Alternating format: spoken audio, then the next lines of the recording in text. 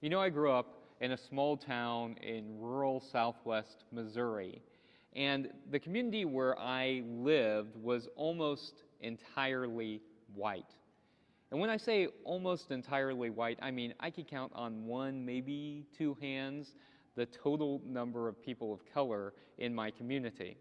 Now that began to change as I grew up. There was an influx of immigration for people who were coming for factory jobs in that small community. But my earliest memories are of a community that was almost entirely white.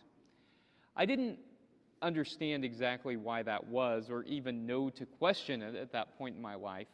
But as I went on to college and began to study the history of my town, I realized through newspaper articles about this that the reason my community was almost entirely white was because it had been a sundown town starting about a century before I was born.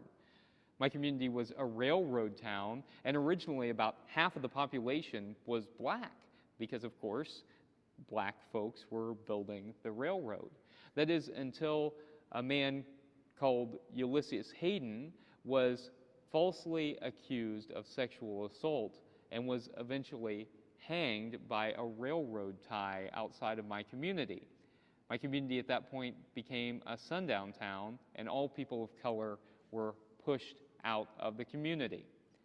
This, of course, continued to reverberate even as I was growing up, even to today. And yet, I never heard about it in school. I never thought to question the fact that most of the community was white.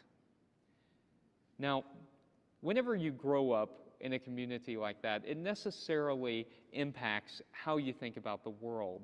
And in order to begin overcoming that, you have to recognize it, you have to name it, and you have to be able to do the hard work of seeing your blind spots.